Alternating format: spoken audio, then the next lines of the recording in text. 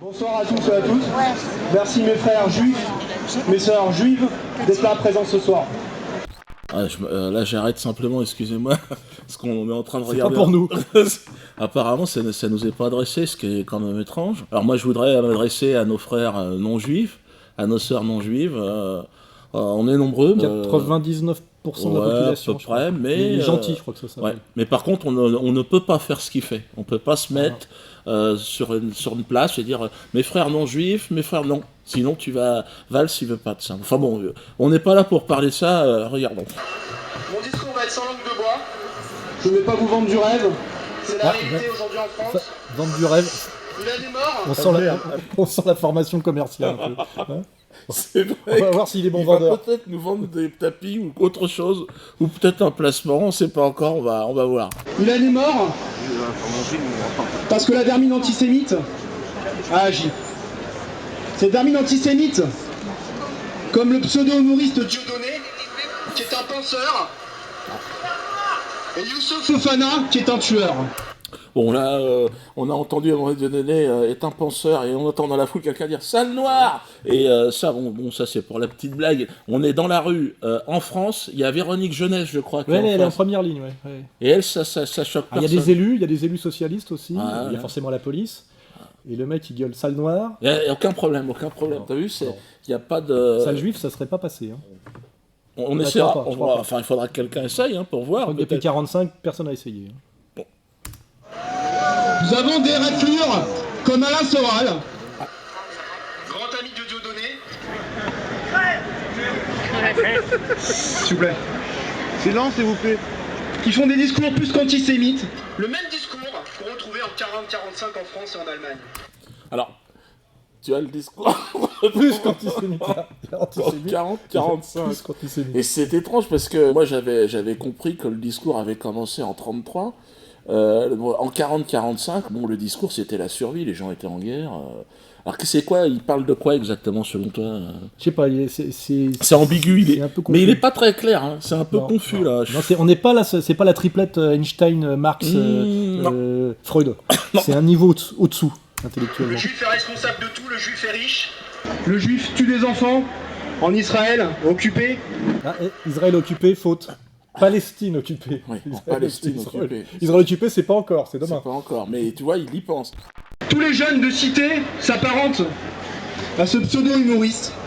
Alors là, je suis obligé d'arrêter. Pseudo-humoriste, il me semble quand même que je suis quand même reconnu dans ce que je fais.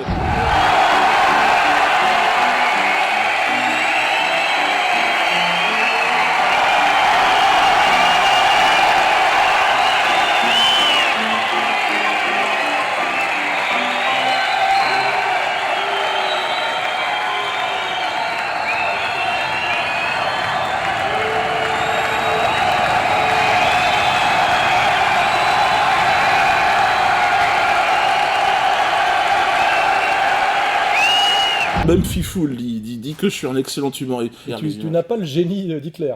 Rappelle-toi, Team Seat. C'est vrai. Dépasser les limites, c'est toujours un vrai danger dans votre discipline. Je trouve d'ailleurs, il y en a un qui a franchi la limite depuis longtemps, c'est Dieudonné, vous en savez quelque chose, puisqu'il y a eu cette petite réponse, Patrick Simsit. En 2011, vous l'aviez comparé à Hitler au cours d'une interview. Il a réglé ses comptes avec vous l'avez vu ça? La semaine dernière, À Hitler. dans un spectacle, en fait, Hitler était un génie. devant 2000 personnes. Hitler était un génie. D'ailleurs, on n'en a jamais parlé. À ton avis, qu'est-ce que ça veut dire le génie d'Hitler? Il faut lui demander.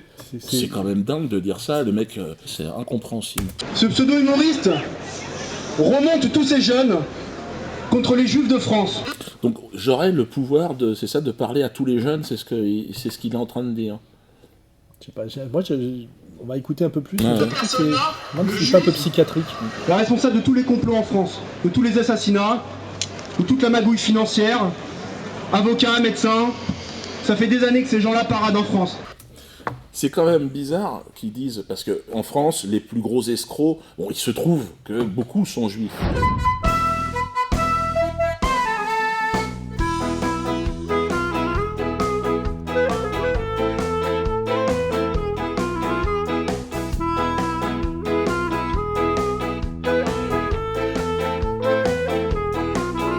Et alors c'est c'est étrange qu'il nous parle de ça. Parce Ouais, que, ça le travaille. a priori, ça le travaille, et quelque part, je sais pas, alors ou alors peut-être le fait d'avoir été circoncis à 8 jours, je sais pas. En tout cas, il a des problèmes. Sans que personne ne les touche.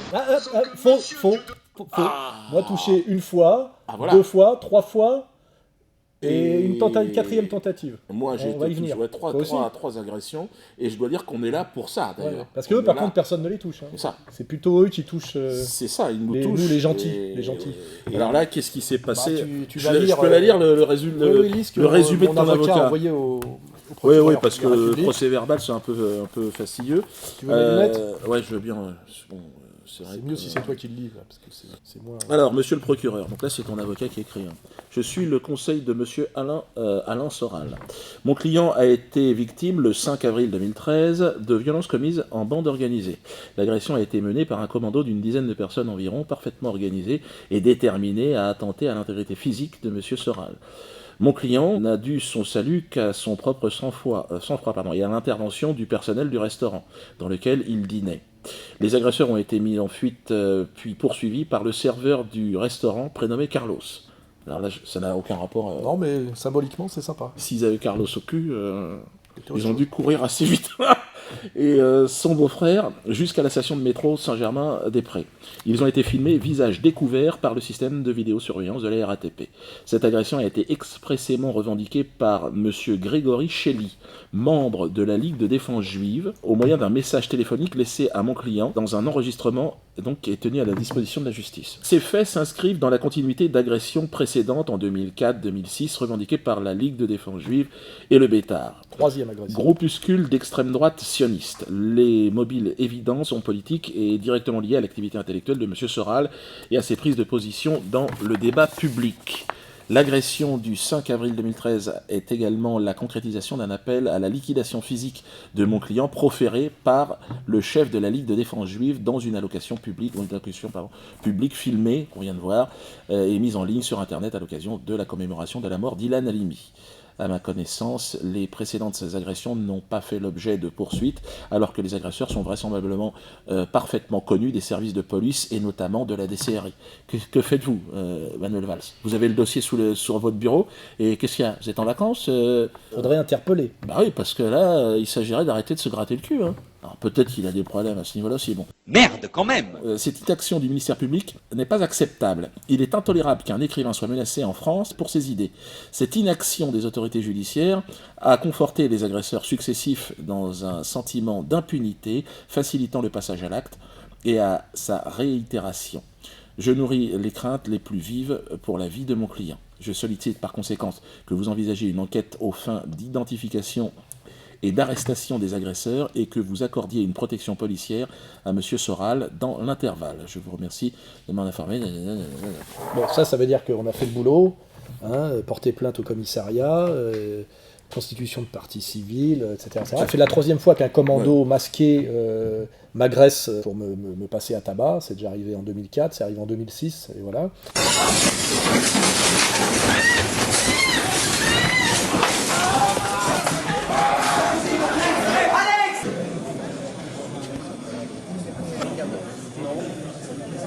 C'est les débris de verre ou c'est directement eux qui ont tapé? C'est directement avec un bâton.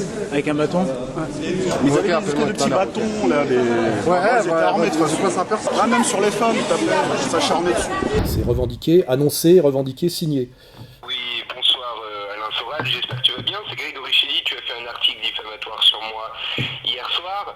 Sache que j'ai parlé à des gens qui avaient très envie d'avoir ton adresse et ils vont venir te passer un grand bonjour de ma part. Fais écouter ça à la police. La police, allez, bye les mecs. Alors bon bah là c'est le petit Grégory Shelley, membre de la LDJ, qui vit actuellement, je crois, planqué à Bucarest en Roumanie parce qu'il a déjà été condamné pour des voies de fait en réunion dans le cadre de la LDJ. Il revendique l'agression.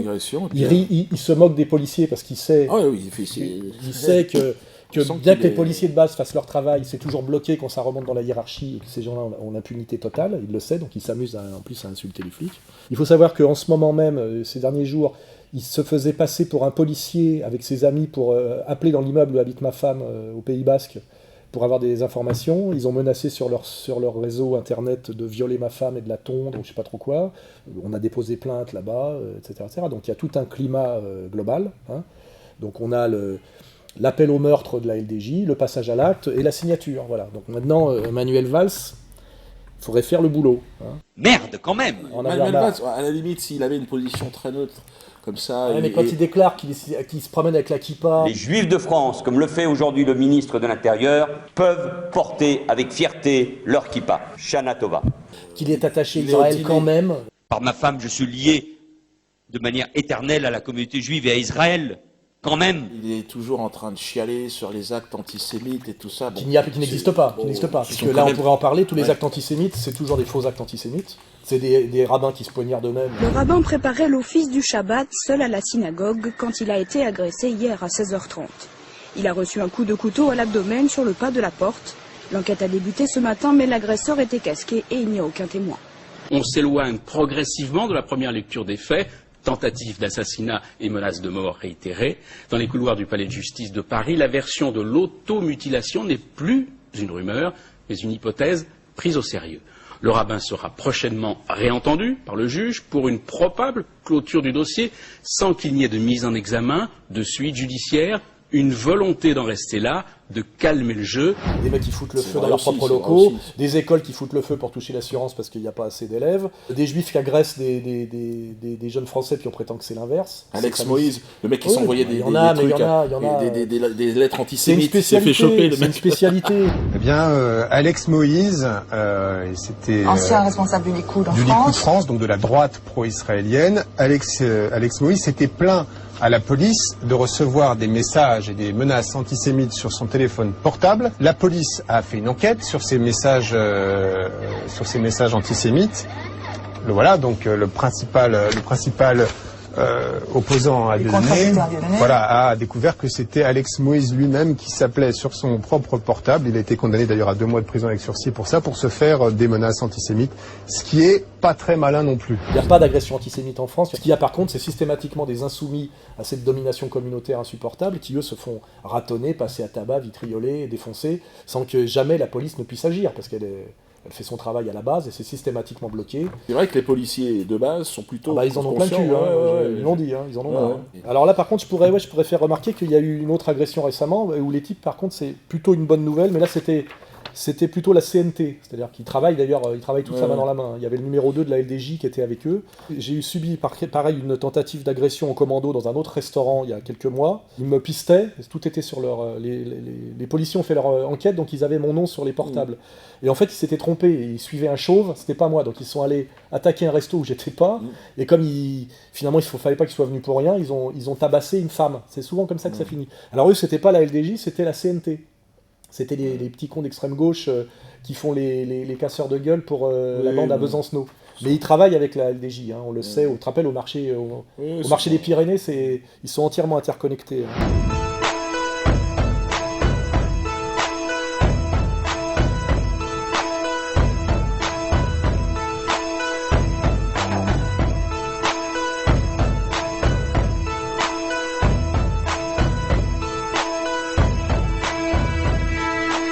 En date du 11 février, le tribunal a rejeté les nullités soulevées par les prévenus, donc parce qu'il y en a 5 qui se sont fait choper après le commando, ils étaient pareil une dizaine, 5 se sont fait choper par les policiers, donc là il y a eu du flagrant délit. A été condamné messieurs Pesset, Coquery et Patrice à 2 mois de prison avec sursis, monsieur Manga à 3 mois de prison avec sursis, monsieur Berne a été relaxé du chef de destruction et condamné pour violence en réunion à 1 mois de prison. Donc lui il va faire de la prison ferme. Comme je l'ai déjà dit, il va découvrir son côté féminin dans les douches. Je le déplore, mais il avait qu'à pas être là. Là, par contre, pour une tentative d'agression contre moi, ils se sont fait choper en flag et ils prennent de la prison. Alors on verra après si, puisque le commando de la LDJ qui est venu me ratonner, donc quelques semaines après, ils sont sur les caméras de surveillance du métro Saint-Germain-des-Prés. 3 sont identifiables sans cagoule. Donc si la police a le droit de faire son travail jusqu'au bout, normalement ils doivent être interpellés, se trouver au tribunal et prendre des peines de prison. Normalement. On verra si ça aboutit comme ça aboutit pour cette affaire-là. En tout cas, j'espère qu'ils vont être un petit peu plus diligents, parce que là, c'est quand même incroyable d'être en France, de se faire taper dessus comme ça par des gens qui revendiquent un pays étranger. C'est quand même étrange. Mais ça, c'est important, c'est qu'il y a les types qui passent à l'acte, là, Et puis il y a tous les commanditaires, tous ceux qui créent le climat. Je me rappelle Guillon qui avait dit que c'était moi qui étais dangereux derrière Marine Le Pen. C'est Marine Le Pen qu'il faut attaquer. Enfin... Il y a bien des gens qui votent pour le Front National. Et ce sont les lieutenants de Marine Le Pen. Il y a des gens très dangereux au Front National, comme Alain Soral, comme d'autres. Elisabeth Lévy et Finkielkraut qui s'étaient réjouis pratiquement de mon agression dans la librairie à l'époque sur une radio communautaire. Askolovitch qui nous insulte systématiquement. Cohen avec sa liste de Cohen. C'est-à-dire quand il prétend qu'on a un cerveau malade, qu'on n'a pas le droit de s'exprimer et qu'on est des complotistes délirants. On a une responsabilité quand on anime une émission de débat public, on a une responsabilité, par exemple, de ne pas propager des thèses complotistes, de ne pas donner la parole à des cerveaux malades, parce que dans les gens que j'ai cités, je pense qu'il y a des cerveaux malades.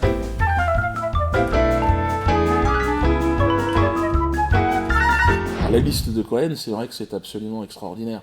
Et puis alors, ce Patrick Cohen que je ne connaissais pas, que personne ne connaît, alors qui essaye de nous expliquer qu'il fait plus d'audimat que Tadei. Il essaye de dire que c'est un mec important. La liste de Patrick Cohen, qui serait une liste noire à France Inter. Tariq Ramadan, Dieudonné, Alain Soral, Marc-Édouard Nab, interdit d'antenne. Mais non, mais il n'y a pas de liste, parce que ces gens-là, je n'y pense même pas. J'ai jamais imaginé inviter Dieudonné. Mais tu crois qu'on a imaginé venir chez toi, Patrick Cohen ?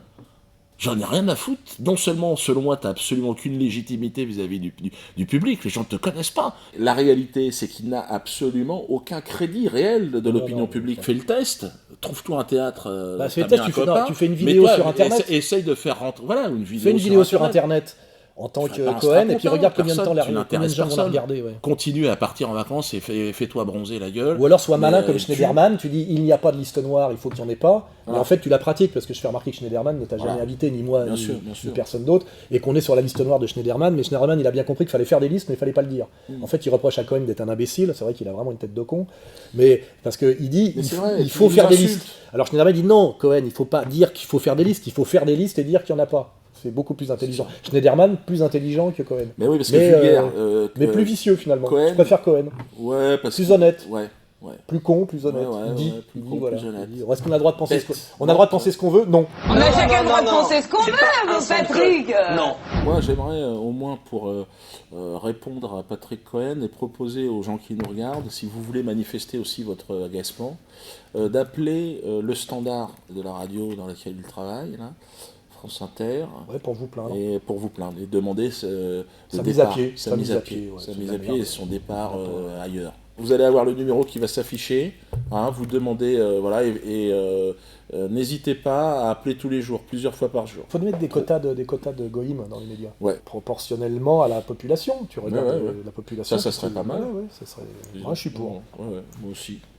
Moi, je suis pour les quotas. Quotas de Français de souche. Moi, je suis quotas aussi de Français d'origine africaine. Il n'y en a pas tant que ça.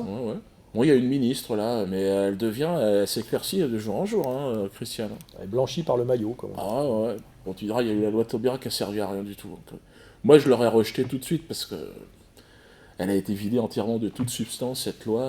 Et parfois, il vaut mieux s'en aller. Franchement, une démission, quand c'est impossible, vaut mieux partir.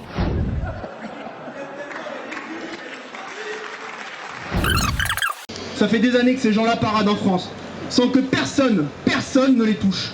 Sans que Monsieur Dieudonné n'ait pris rien qu'une journée de prison.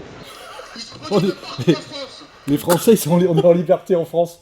On est Français, mec.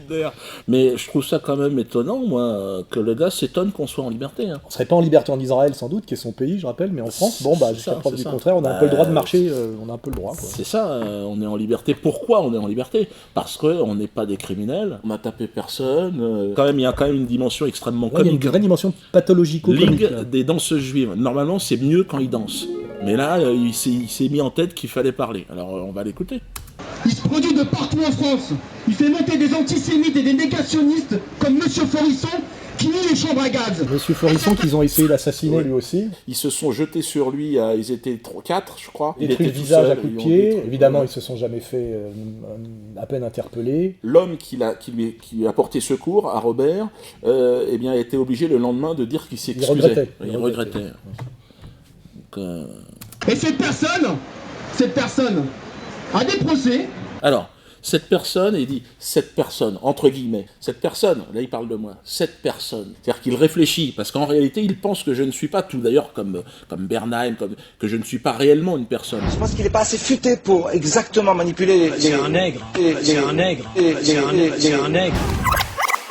Cette personne a des procès où il me paye à chaque fois 1 euro par-ci, 1 euro par-là. Tu payes 1 euro par-ci, 1 euro par-là, toi? Alors attention, parce que là, c'est quand même 1 euro par-ci, 1 euro par-là, on n'a pas les mêmes notions de budget. C'est combien la dernière condamnation? Oh bah c'est 20 000 euros la 20 dernière. 000 euros sans compter les parties civiles. On est toujours dans le mensonge, c'est ça qui est bizarre. C'est vrai qu'il ment beaucoup. Hein. C'est comme Elie Wiesel, qui est le représentant en chef de la mémoire et dont on découvre que son numéro n'est pas le bon, qu'il n'a pas de numéro et que finalement il usurpe l'identité d'un autre. Et puis là, Bernheim, qui est effectivement le plus grand représentant de la communauté religieuse, plagiaire. D'un seul coup, on découvre que pas d'agrégation de philo. Bah non. Il va tricher. Ah bah il l'a pas. Il l'a pas. C'était en début de semaine. Après avoir vigoureusement nié les faits, le grand rabbin de France reconnaissait que son livre 40 méditations juives plagiait entre autres plusieurs passages d'une universitaire américaine. Hier, c'est une autre révélation qui visait Gilles Bernheim. Dans ses biographies, ce dernier disait être agrégé de philosophie. Un mensonge selon l'Express. L'hebdomadaire affirme avoir consulté les archives de la Société des agrégés de l'université. Bilan, pas la moindre trace de son nom. C'est un conseil particulièrement triste et émouvant. C'est un moment difficile pour le grand rabbin de France. C'est un moment difficile pour notre institution. Quand des juifs résistants se permettent de lui rendre la monnaie de sa pièce, là ça veut dire juif résistant qui remet sa pièce, ça veut dire passage à tabac de citoyens français sur le territoire national. Il fait référence aux gens qui m'ont agressé en Martinique et qui eux ont été arrêtés et emprisonnés. Et il prend leur défense. Ces gens-là auraient rendu la monnaie de ma pièce. Ce qui est quand même surprenant, c'est qu'ils aient été condamnés et que lui remet en cause par contre cette condamnation. Pour lui, c'était tout à fait logique qu'on me tombe à 4 dans le dos évidemment, parce que ce soit lui ou n'importe lequel, je serais très curieux de le voir face à moi, cet homme, pour voir s'il parlerait de la même façon.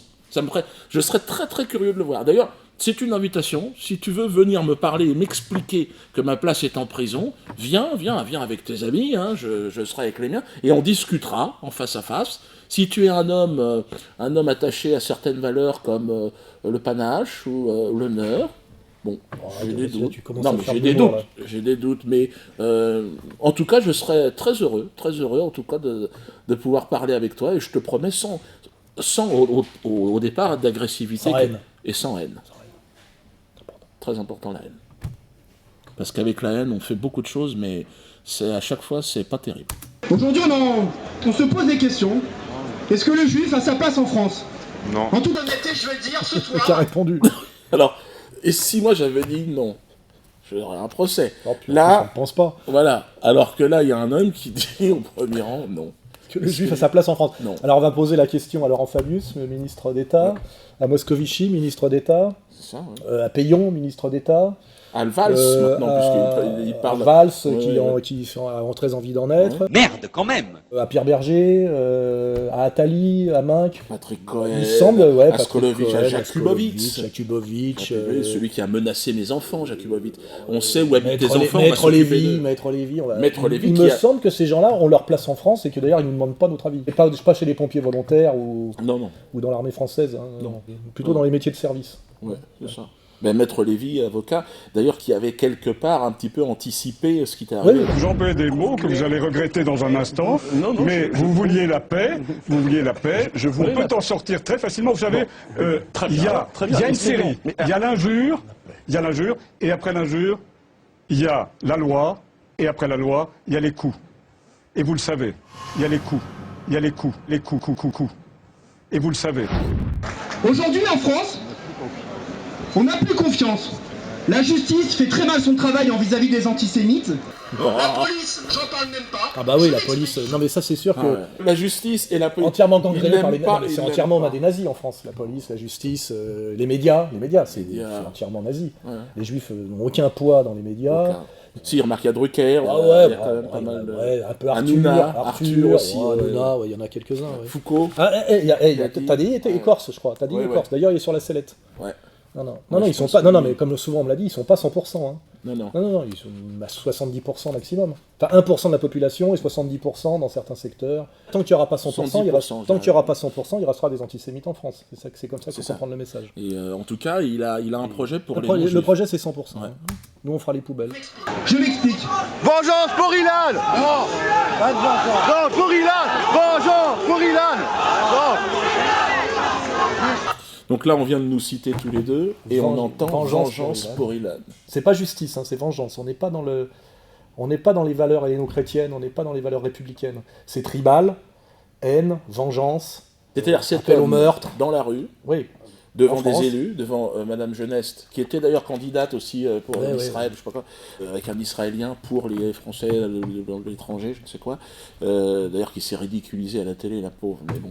J'ai presque eu de la peine pour elle. Ouais. C'est mon côté compassionnel. Elle a un neurone, mais parce que le noir, on n'en a pas, mais elle n'en a pas beaucoup non plus. Hein, de toute façon, pour être sioniste aujourd'hui, il faut réfléchir de moins en moins. De moins en moins de morale, de moins en moins d'intelligence. Ils sont dans la rue, et là, il dit vengeance pour Ilan. Ah oui. Normalement, c'est interpellation immédiate. Il a visage découvert, et que, évidemment, les RG, la DCRI, à l'identité de tous ces mecs-là. Il appelle aux Juifs vengeance pour Ilan.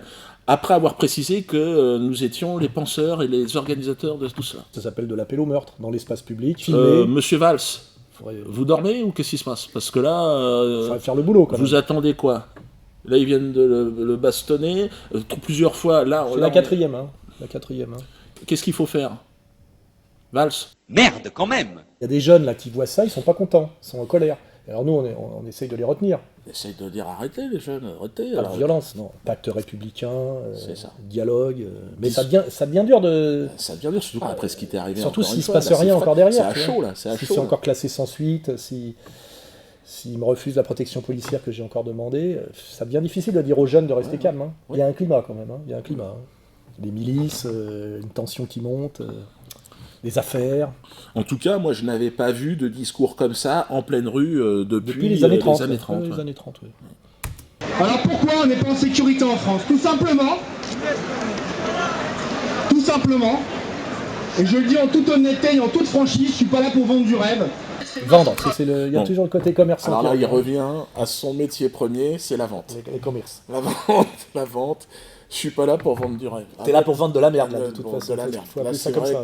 Et mentir comme un arracheur de dents. T'es pas doué. Je dis pas dentiste, parce que je veux pas qu'on fasse encore des associations. Non, t'es pas doué, t'as pas le truc, c'est très laborieux. T'as pas le QI de Bernard Lazare. On n'est plus dans un contexte affaire Dreyfus, Bernard Lazare, où il y avait je sais pas il y avait un peu de talent. Là, c'est très très bas de gamme. Répète un peu. Là, on t'a mis un mec à lunettes à côté, peut-être pour te conseiller, parce qu'à mon avis, tu commences à faire le con, là. La police française fait mal son travail. La police française a merdé sur l'affaire Halimi.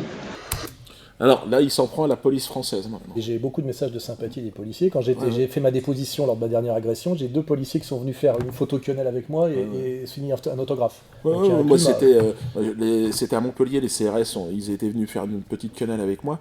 Mais je sens qu'aussi dans la police, il y a des gens qui commencent à un agacement profond. J'ai la sensation que ce genre d'individus et leurs commanditaires organisent en fait une sorte de guerre civile. Ils vont, d'ailleurs, la seule issue de ce genre d'individus, c'est que tout le monde se massacre en fait en France, et puis se tirer, et puis revenir pour reconstruire. De toute façon, on n'oublie pas que tous ces gens-là ont la double nationalité. Ils sont israéliens de cœur, français de papier évidemment. Ils savent très bien que quand ils auront bien foutu le bordel ou si ça tourne mal, ils repartiront en Israël. Ouais. Donc c'est tout. D'ailleurs, il le dit, je crois, un peu plus loin. Ruth Halimi, la maman de Ilan, l'a dit clairement dans son livre. Pour l'affaire Mera, c'est une magouille également. La police a merdé. T'as vu, il le dit. Pour l'affaire Mera, c'est une magouille. C'est vrai que c'est une magouille. Ça sent le montage. L'affaire Mera est une magouille. C'est vrai, je pense aussi. Ouais. Il veut peut-être pas dire la même chose, mais... Ou alors peut-être que l'objectif n'a pas été atteint en fait. Sur l'affaire Mera, excuse-moi, on a pu voir Netanyahou débarquer, faire chanter tout le gouvernement français. Il était atroce d'ailleurs. Après on a eu le discours de Hollande. Le dîner du CRIF, si l'affaire Mera, c'est très rentable. Le peuple d'Israël vivra. Am Israël Chai. Am Israël Chai. Une démonstration de force de Benjamin Netanyahou qui conclura cet hommage comme un meeting. Le Premier ministre israélien est en campagne dans son pays. 2 drapeaux pour célébrer chacun à sa manière un même drame. Pour l'attentat qui s'est passé à Sarcelles à la Grenade, par une bande de convertis à l'islam, ça a été la même chose. On nous a dit comme quoi c'est un règlement de compte entre employés. Et on s'avère, une semaine après, que c'est une filiale djihadiste à Strasbourg. C'est presque comique, là. Là, Je rappellerai d'ailleurs que quand il parle de... Le seul assassinat qu'il y a eu récemment, c'est l'affaire Bouarara, faut le rappeler. C'est ça. Avec le numéro de la LDJ en première ligne. Est-ce par hasard qu'on en parle moins parce que ces agresseurs sont des juifs et que lui il est arabe, et que si c'était le contraire, on en parlerait tout le temps? Vous savez, parfois, un certain nombre de Français de confession juive ont le sentiment, à juste titre, qu'on ne parle pas assez d'un certain nombre d'agressions antisémites. Et dans ce cas-là, d'autres fois, ce sont des musulmans qui considèrent, à juste titre, quand par exemple on tire sur une mosquée, comme c'est arrivé il y a 15 jours, qu'on n'en parle pas suffisamment. Ça veut dire quoi? Ça veut dire il n'y a pas un deux poids, deux mesures. Non, je ne crois pas. C'était cette équipe-là. Ils sont sortis de prison. Ça, c'est la réalité. 6 mois, ils ont fait le plus, a fait 6 mois. Il est parti. Pour un assassinat de sang-froid. Assassinat, la père de famille, jeté noyé. dans l'eau, taisé, jeté dans l'eau. Un client déçu et très énervé car le magasin vient de fermer et un vigile qui fait son travail. Échange d'insultes et de coups, le client appelle alors 3 hommes en renfort. Les agresseurs sont munis d'un cric et d'une grosse pierre. Le vigile réussit à se mettre à l'abri, mais face aux menaces de tuer son chien resté dehors, il ressort du magasin. Il a été vraisemblablement jeté à l'eau et aujourd'hui il est décédé. Les 6 agresseurs présumés qui avaient laissé leur voiture sur le parking ont été arrêtés moins d'1 heure plus tard à leur domicile de Pantin. Certains étaient connus pour des faits de violence. Le corps du vigile a été repêché en début d'après-midi sous les yeux de sa famille. Ça, c'est la réalité. Au-delà de son délire, là, paranoïaco-schizophrène, la réalité, c'est exactement l'inverse de ce qu'il raconte. On essaie tout le temps de cacher l'antisémitisme pour nous faire plaisir. Non, vous inquiétez pas, mes frères juifs. On est en sécurité en France. La police veille sur nous. Bien sûr, comme en 40, elle veille aussi sur nous. 40, mais là, on est en 40, 1940, en 2012. franchement, là, c'est plutôt le climat anti-40 en ce moment, moi, je trouve. Il est vraiment, il qui pas les murs, années 40. Je sais pas ce qu'il a avec les années 40, mais c'est pas son truc. On va dire que ça ressemble aux années 40 en ce moment. Pauvre con, ouais. Alors après Aylan, même pas, après Sébastien Selam, qu'on a égorgé dans un parking, on s'est dit c'est terminé. Et puis ensuite, il y a eu Ilan qui s'est fait séquestrer par une bande de racailles. Et puis ensuite on s'est dit bon c'est terminé parce qu'il y a eu une dizaine, même des centaines de milliers de juifs dans la rue. On s'est dit ouais c'est terminé. Et puis aujourd'hui on est beaucoup moins que la première année où il est mort. Et oui on oublie un gamin, un frère de 24 ans qui est mort. Et oui, voilà. Et puis on s'est dit c'est terminé. Et puis l'année dernière il s'est passé une chose mais plus qu'horrible. Une chose qu'on n'a pas vue depuis 50 ans. Et oui, parce qu'à l'époque... c'est toujours... 50 ans, si je m'abuse, on est en... En fait, on est en 40. On est en 1963. Là, il y a les En Allemands. 1963. Ah oui, c'est vrai. Donc, j'ai cherché. Je me suis dit, qu'est-ce qui s'est passé en 1963 c'est la fin de la guerre d'Algérie. Ouais, c'est la fin de la guerre d'Algérie. C'est l'époque où ses ascendants étaient chassés d'Algérie pour fait de collaboration avec le colon français. Révise tes chiffres, trou du cul, qu'est-ce que tu racontes il y a 50 ans, connard. Une baisse de niveau intellectuel en ce moment dans la communauté. Et oui, parce qu'à l'époque, on mitraillait des juifs en France, sur des murs, des enfants. Et une racaille islamiste, parce que ce sont toujours les mêmes, et il faut pas se le cacher. Pourquoi il m'emmerde moi alors? Youssouf Fofana est un islamiste, est un salafiste. Il fait des vidéos dans sa prison où il appelle au meurtre, où il dit qu'Israël sont des terroristes. Mais au fond, sa cellule, bien sûr. Et puis on a des terroristes comme Mera qui passent à l'action, malgré que les services secrets... C'est une belle analyse, il y a une analyse assez cohérente. Il est expulsé de plusieurs pays. Du Pakistan, où il cherchait des djihadistes.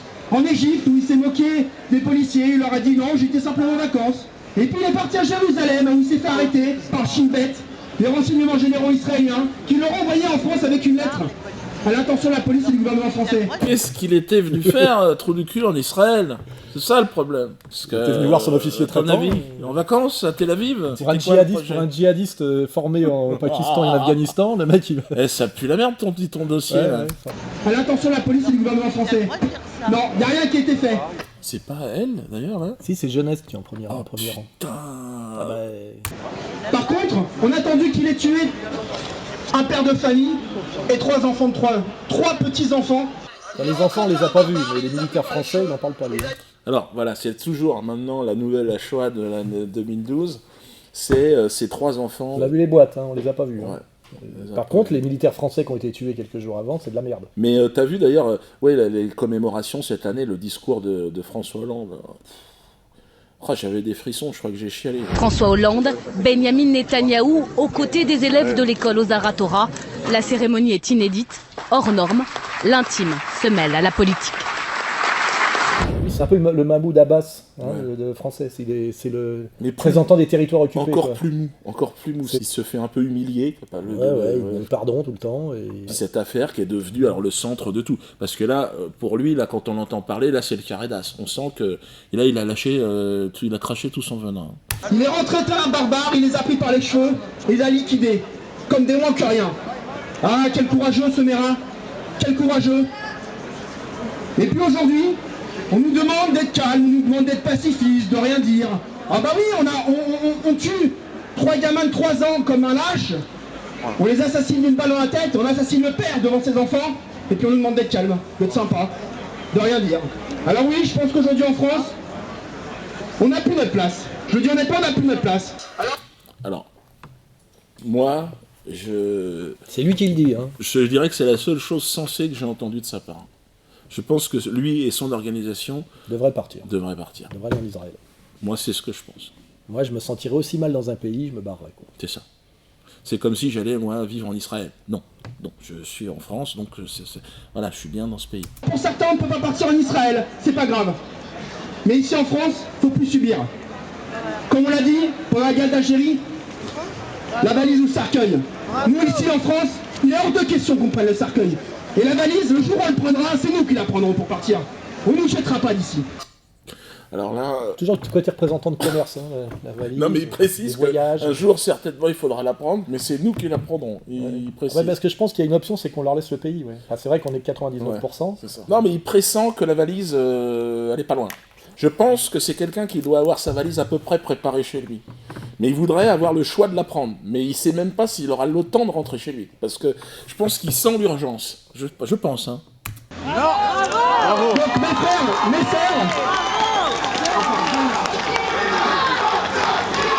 vengeance pour Ilan. S'il vous plaît, j'ai pas trop de temps. Je vais juste terminer. Vengeance pour Ilan, ça veut dire... Ça veut dire, on arrive à établir un lien entre moi et Ilan, et comment il s'appelait, Youssouf Fofana. C'est vraiment le grand écart là. Hein. Par mon intermédiaire, visiblement. Grande malhonnêteté. Par mon intermédiaire, parce qu'il est noir. C'est un menteur quoi. Mais c'était un amalgame un peu rapide. Oui, c'est Youssouf Fofana. Qui aurait parlé, voilà, c'est ça. Voilà, d'accord. Que ces examens antisémites le sachent, la Ligue de défense juive est présente au Canada, en Angleterre, en Allemagne, en France, aux États-Unis et en Israël. Que ces racailles le sachent. Et que la police m'entende. Jusqu'à la mort, nous serons là en face d'eux. Nous les lâcherons. Bon, là, c'est Normalement, c'est l'interpellation. Là, c'est-à-dire qu'il prévient la police qu'ils sont dans un face-à-face jusqu'à la mort avec nous. Ouais. T'imagines que si c'était un jeune de banlieue, soi-disant réislamisé, qui disait le 10e de ça, ça fait la une de tous les journaux le lendemain. Le mec est interpellé. Rappelle-toi la Tribuca, le cirque que ça a été pour pratiquement rien. 6 mois de prison, dont 4 avec sursis et 1 an d'interdiction de droits civiques. C'est la peine requise par le tribunal correctionnel de Paris à l'encontre de Kémy Séba, le fondateur de la Tribuca. Il était jugé pour avoir reconstitué ce groupuscule ultra-radical et antisémite. La Tribuca avait été dissoute en 2006 par Nicolas Sarkozy à la suite d'incidents à caractère antisémite rue des Rosiers à Paris. Puisqu'ils savent qu'il n'a rien eu lors de la journée rue des Rosiers, ce qu'ils veulent faire, c'est se rattraper à une branche qui est quasiment cassée pour eux, malheureusement, en disant qu'on a soutenu Youssouf Fofana et qu'on a parlé de découper les papillotes des rabbins. Je répète qu'on avait dit, mais là aussi beaucoup de gens le savent, qu'on avait demandé un procès équitable à Youssouf Fofana comme pour n'importe quel individu. Lui est réellement, représente réellement une organisation terroriste. Oui, je rappelle qu'interdite en Israël, donc c'est un menteur, parce qu'il n'y a pas de LDJ en Israël, c'est interdit comme... Tout ce qu'il dit il n'y a pas de LDJ aux États-Unis, c'est interdit, comme groupe terroriste. C'était une organisation de racket, de chantage et d'assassinat organisé. Quoi. Avec mensonges systématiques ça, c'est la signature. Tout le temps. Moi, ça me fait vraiment marrer de vous entendre parler du CRIF comme si c'était une société secrète. Moi, je connais bien Richard Frasquier, j'ai beaucoup d'estime pour lui, c'est le président du CRIF. Moi, je n'ai pas d'estime pour lui. Pas d'estime particulière. D'accord. Pour le citoyen français, je le tolère tout à fait. Voilà. Mais c'est vrai que je n'ai pas d'estime. Moi, j'ai de l'estime et de l'amitié pour lui. Imaginez Richard Frasquier en train de tirer dans l'ombre les ficelles de la politique française, c'est assez rigolo. De voir voir tous les ministres de la République défiler au dîner du CRIF pour se faire engueuler platement. Moi, je me rappelle de Kuckerman disant, alors, tel jour, vous allez faire ça, vous allez convoquer l'ambassadeur d'Iran et lui dire si... Non, si. Donc, est-ce que vous allez un peu changer Vous exagérez un tout petit peu. Vous allez les engueuler, Vous exagérez un tout petit peu, non? Je sais, à peu près. Je sais un petit peu les discours qu'il a dit. Non. Moi, je l'ai entendu. Je l'ai entendu dire, Monsieur le Premier ministre... Ça n'a pas été un peu excessif à un moment donné, cette façon on l'a vu engueuler, vraiment. On l'a vu engueuler les ministres. Et les ministres acceptaient de se faire engueuler. Vous savez ce qu'a dit, vous savez ce qu'a dit dans une parole célèbre un Premier ministre. Lui, c'est lui, moi, c'est moi. Hein. Bon. Oui. Kuckerman, c'est Kuckerman, et Prasquier, c'est Prasquier. Oui, c'est Prasquier. Ce qui veut pas dire que j'ai pas la plus grande amitié pour Roger Kuckerman. Mais bon, j'ai travaillé avec lui, donc je suis pas... Changement de style ou d'orientation? Comment? Changement de style ou d'orientation? Oh, ça sera à vous de voir. Ce sera à vous de voir. Si j'avais été en désaccord absolu sur l'ensemble des prises de position de Roger Kuckerman, je serais peut-être pas resté autour de lui pendant quelques années. Bon, allez, on coupe. Ah, parce que ça, c'était du... Ça, c'est du off. C'est du off officiel. C'est du off officiel. Conclusion. Conclusion, restez calme. Oui, restez calme. Évidemment, après cette vidéo, je pense que la police va pouvoir faire son travail, que Valls va donner des ordres pour que les types soient interpellés, que le Guignol, qui faisait son espèce de numéro de représentant de commerce, là, soit interpellé, puisqu'il y a ne serait-ce que pour sa sécurité. C'est vrai, on peut y penser aussi. Il y a au moins 10 motifs d'interpellation dans le numéro qu'il a fait dans la rue, là. Et puis, voilà, nous, on est effectivement égalité et réconciliation de mon côté, c'est-à-dire pour la paix civile, le respect des lois républicaines qui permettent à tout le monde de vivre en bonne intelligence, voilà. Moi, le spectacle, le rire, parce que je pense que les gens ont besoin de rire, la crise est profonde, les gens ont besoin de chanteurs, comme dirait Alain Juppé, ont besoin de chansons, des chansons sur l'ananas, des chansons sur l'humour, la fraternité, puis pour ceux qui ont une vision raciale, belliqueuse, théologique, etc., il y a Israël, qu'ils y aillent. Hein. C'est ça. Qui nous lâche un peu, quoi. Pourquoi je suis agressé, moi? Parce que sur les forums de la LDJ, il y a marqué « c'est Soral qu'il faut taper, c'est Soral le cerveau ». Tu sais, dans leur vision raciale, t'es une bête. Donc ils sont persuadés que tu n'as pas de cerveau. Donc comme moi, j'en ai marre de me faire péter la gueule à ta place, on va quand même dire solennellement que dans notre vision du monde à nous, t'as un cerveau aussi, que c'est toi qui écris tes spectacles, je ne suis pas le nègre du nègre Dieudonné, et que même si moi... m'assassine, parce que c'est ce qu'ils annoncent là, tu continueras à produire, qu'ils le sachent bien. C'est pas on n'est pas dans un numéro de ventriloque. Hein, voilà. C'est ça. Et puis, Valls, attention. Ça commence à agacer. Toi, t'apparais comme un peu quelqu'un qui fait pas son travail. Hein. Et puis il y a beaucoup de flics sur le terrain qui nous disent. Ils sont pas spécialement attachés à Israël quand même. Ils sont attachés à la France. Ouais, ils sont attachés à la France. On est attachés à la France, nous. Et aux Français. Il faudrait y penser un peu. Chacun, et le Premier ministre l'a dit avec beaucoup de force encore ce matin, ou hier, doit faire preuve de responsabilité. Chaque acte individuel, chaque écrit, chaque dessin, chaque déclaration peut attiser, peut provoquer des confrontations. J'en appelle moi aussi à l'apaisement. Et nous ne laisserons aucun groupe extrémiste, aucun individu mettre en cause précisément cette volonté d'apaisement.